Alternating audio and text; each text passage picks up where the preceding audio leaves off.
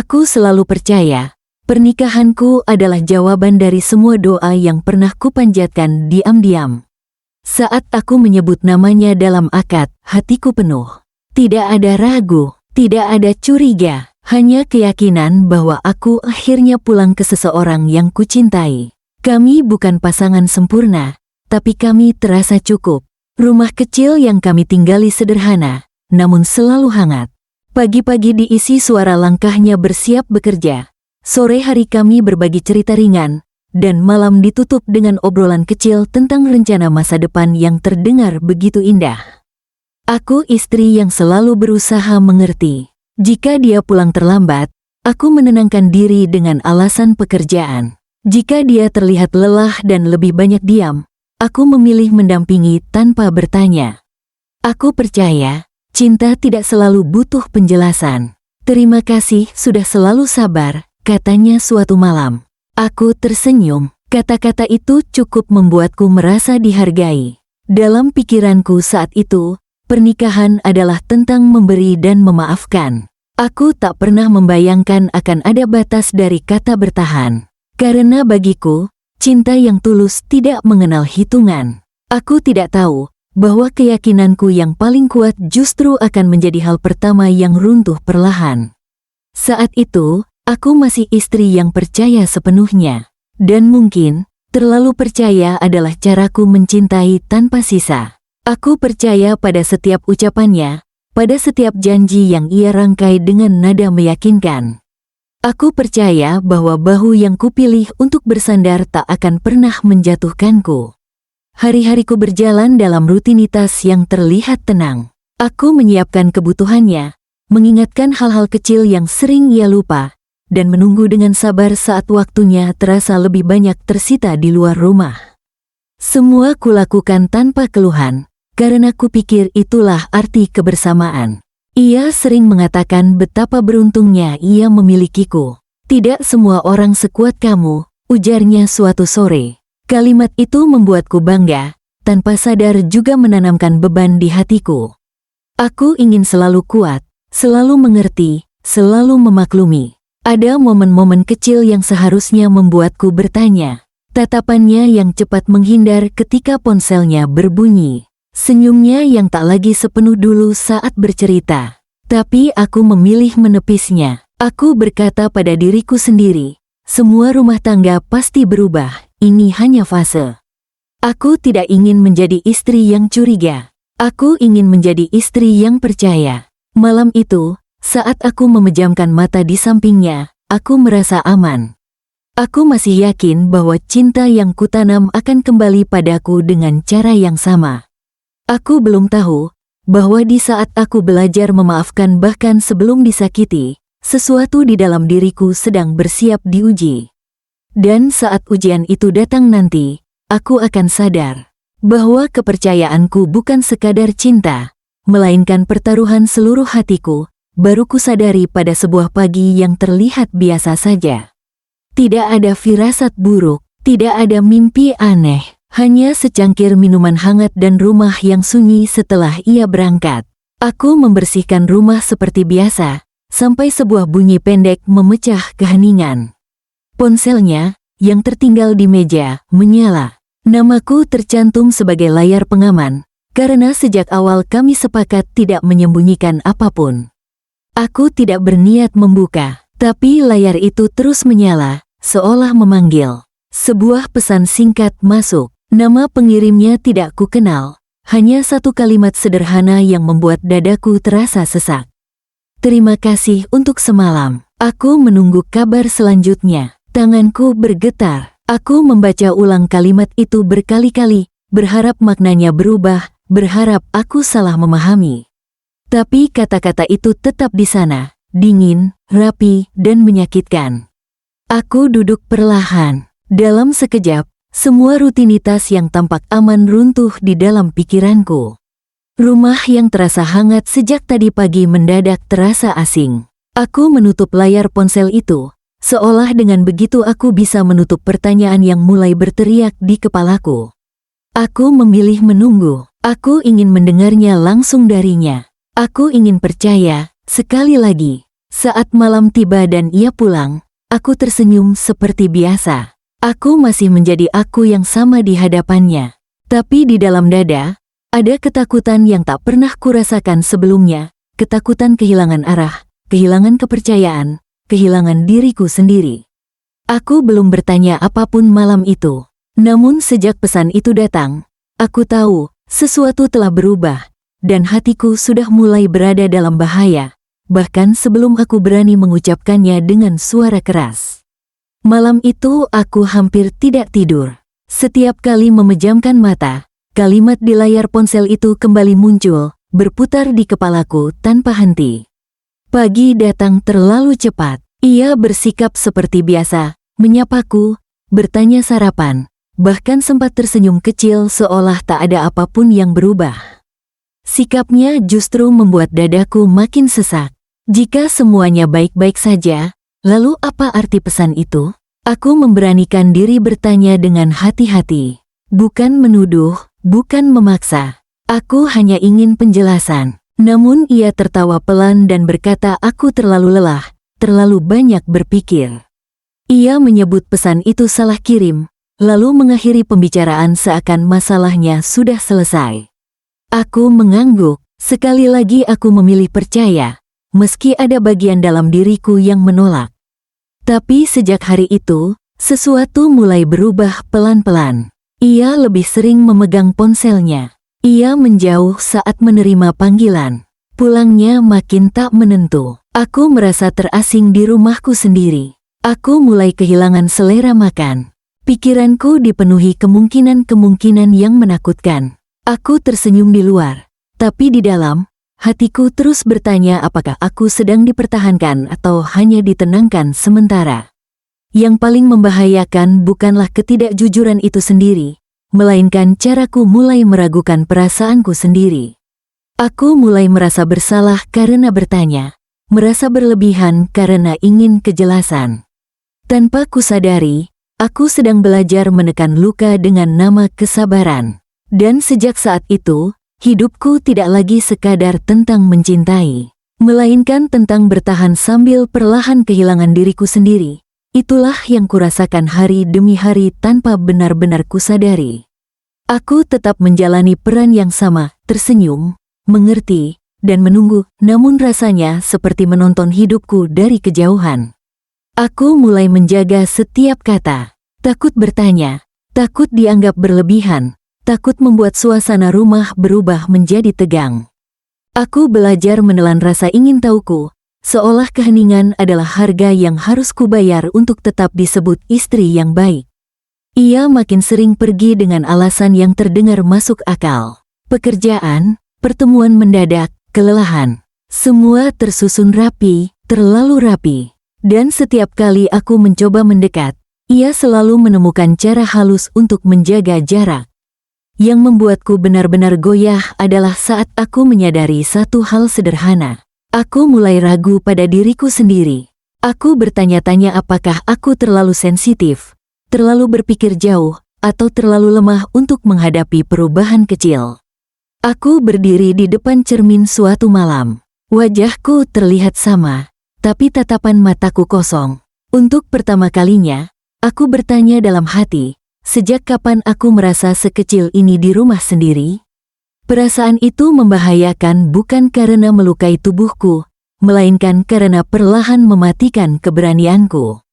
Aku hampir percaya bahwa semua ini salahku, bahwa jika aku lebih sabar, lebih tenang, lebih diam, semuanya akan kembali seperti dulu. Namun di sudut hatiku yang terdalam, masih ada sisa kesadaran yang berbisik pelan. Jika aku terus diam, aku bukan hanya kehilangan kepercayaan, aku akan kehilangan diriku sepenuhnya. Dan di sanalah aku mulai sadar, aku tak bisa terus begini, meski kesadaran itu datang bersama rasa takut yang tak pernah kurasakan sebelumnya. Aku juga takut jika tidak ada jawaban sama sekali. Aku mulai memperhatikan lebih saksama, bukan dengan curiga berlebihan, tapi dengan mata istri yang ingin mengerti. Jam pulangnya, nada suaranya saat menerima panggilan, cara ia menghindari tatapanku ketika aku mencoba membuka pembicaraan serius. Semakin aku memperhatikan, semakin jelas bahwa ada jarak yang tak lagi bisa kusebut kebetulan. Dan jarak itu menjadi rintangan terbesarku. Aku akhirnya mengakui pada diriku sendiri bahwa bertahan tanpa kejelasan hanya akan menghabiskanku perlahan. Untuk pertama kalinya, aku menetapkan tujuan yang bukan tentang kami, melainkan tentang aku. Aku ingin tahu kebenaran, bukan untuk menuduh, bukan untuk mencari alasan pergi, tapi untuk menyelamatkan kewarasanku sendiri. Namun langkah pertama selalu yang paling berat. Setiap kali aku berniat bertanya dengan jujur, suaraku seperti tertahan di tenggorokan. Aku takut jawabannya. Bagaimana cara memperjuangkan kejujuran dari seseorang yang bahkan tak mau mengakui ada masalah? Aku sempat ragu untuk melangkah lebih jauh. Ada bagian dalam diriku yang masih ingin mundur, memeluk kebiasaan lama, dan berpura-pura semuanya baik-baik saja. Tapi setiap kali aku mencoba kembali diam, dadaku terasa sesak.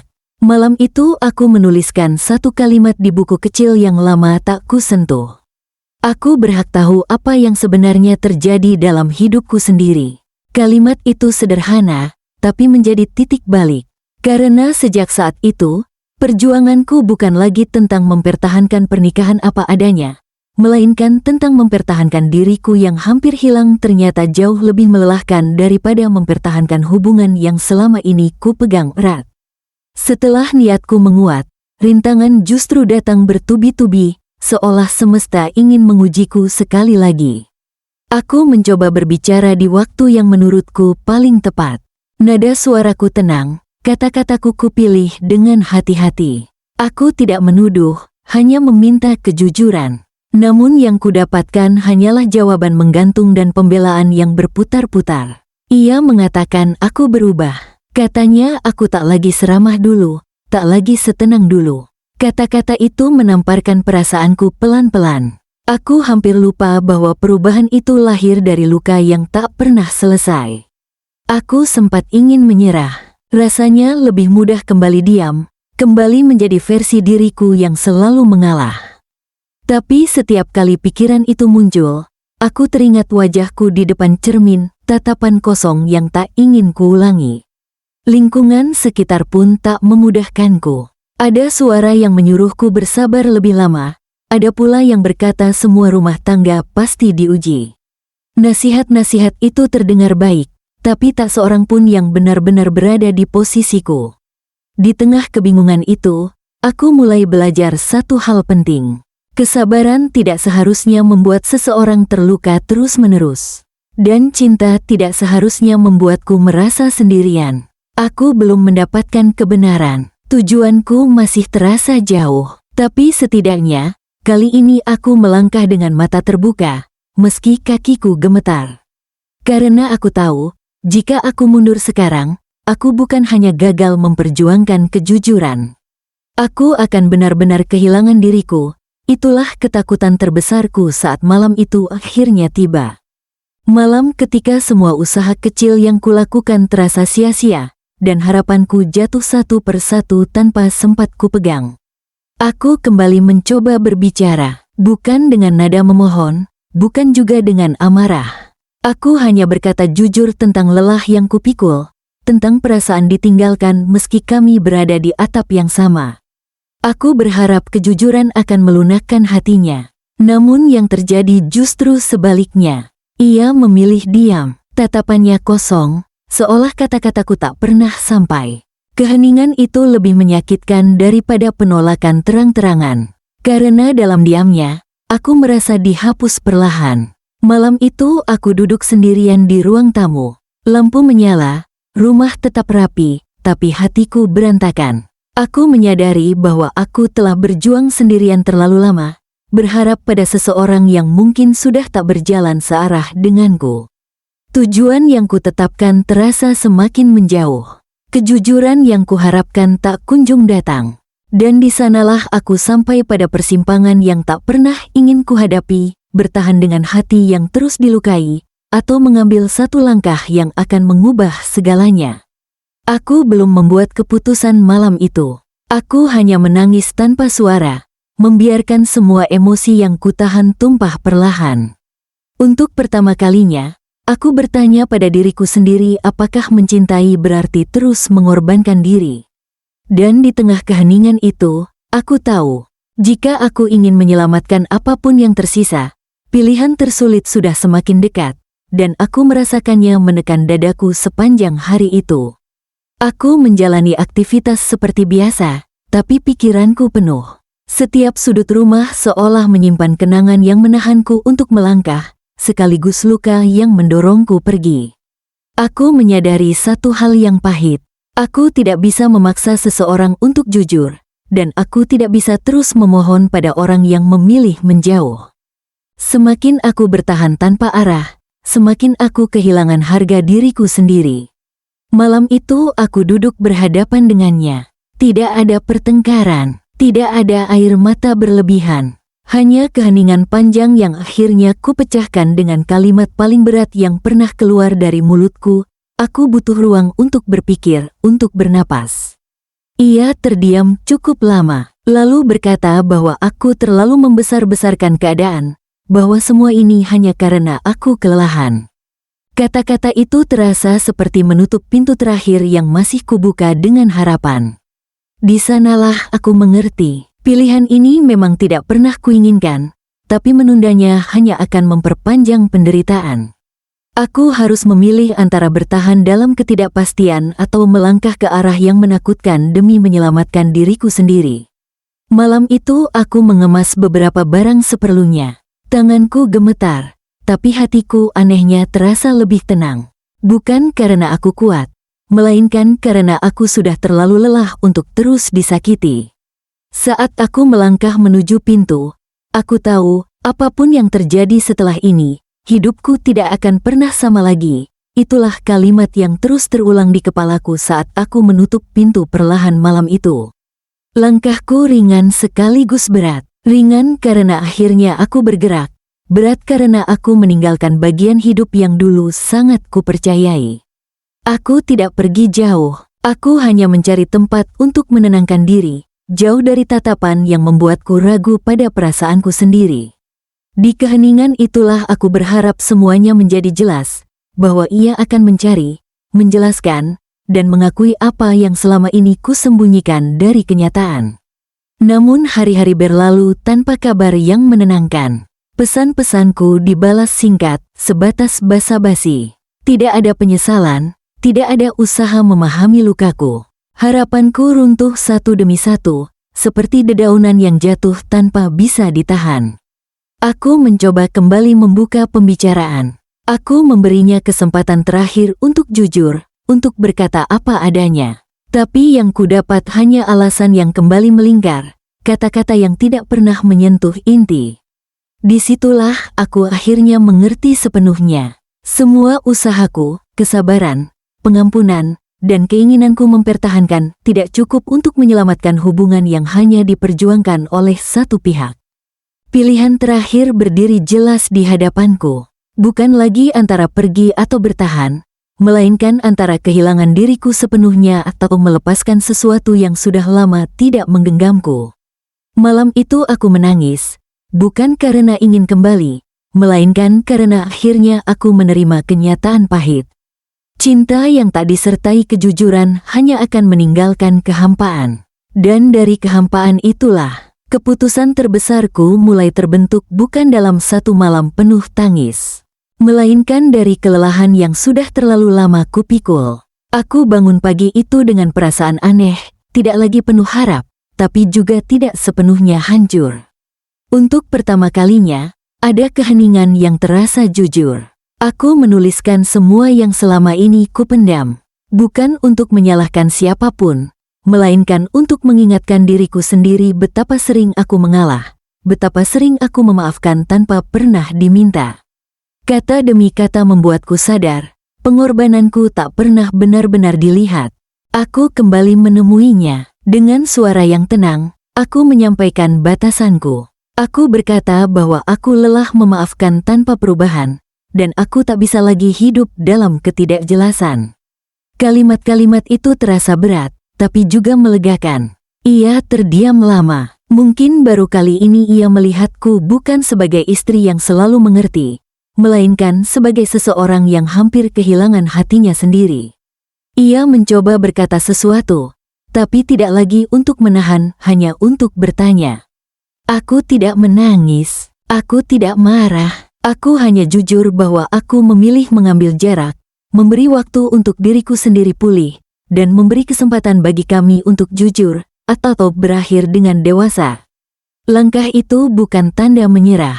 Itu adalah caraku bertahan, dan meski jalan di depanku masih kabur, aku tahu satu hal dengan pasti.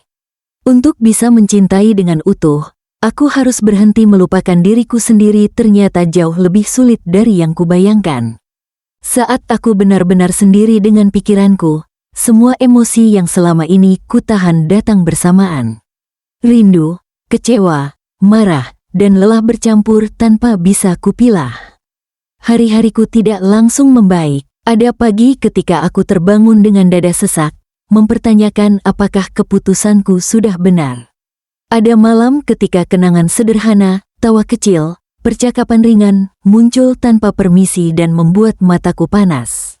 Namun perlahan, aku mulai mendengar suaraku sendiri. Aku kembali melakukan hal-hal kecil yang dulu kutinggalkan demi menjaga perasaan orang lain. Aku belajar berkata tidak tanpa merasa bersalah.